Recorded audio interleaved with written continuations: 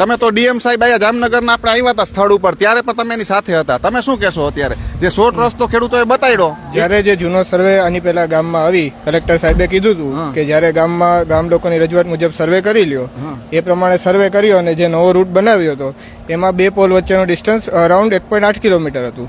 હવે આજે ગામવાળાઓએ આપણે નવો રસ્તો બતાવ્યો છે જૂના ગામ સ્થળ પાસેથી, બરાબર? તો એ પ્રમાણે હવે PLS CAD કરીને સોફ્ટવેર આવે, એમાં ડેટા નાખશું ને ટાવર શું થાય છે ચેક કરશું. ત્યારબાદ આપણે જે કંઈ પણ ટેકનિકલ રિપોર્ટ હશે એ રજૂ કરશું.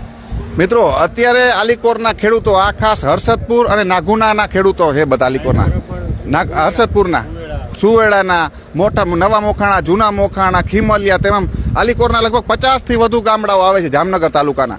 અમારા સંપર્કમાં સતત અત્યારે એડવોકેટ પ્રકાશભાઈ દોંગા આ તમામ માહિતીના સંપૂર્ણ અપડેટ લઈ રહ્યા છે. અત્યારે મને રેગ્યુલર કલાકે ફોન આવી રહ્યા છે, એ પણ અમારા સંપર્કમાં છે.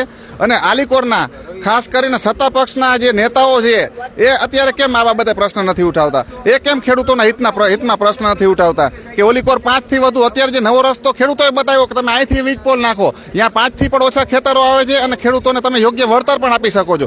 વધુ ભાગે એ રસ્તા ઉપર ખરાબાની તેમજ નદી નાળાની જગ્યા આવે છે, તો તમે નદીઓમાં વીજ પોલ ઉભા કરો તો કે અત્યારે માપણી કરવાવાળા જે કોઈ પણ ઓફિસરો છે એ આમાં સરકાર વિભાગમાંથી કોઈ પણ નથી. આ બધા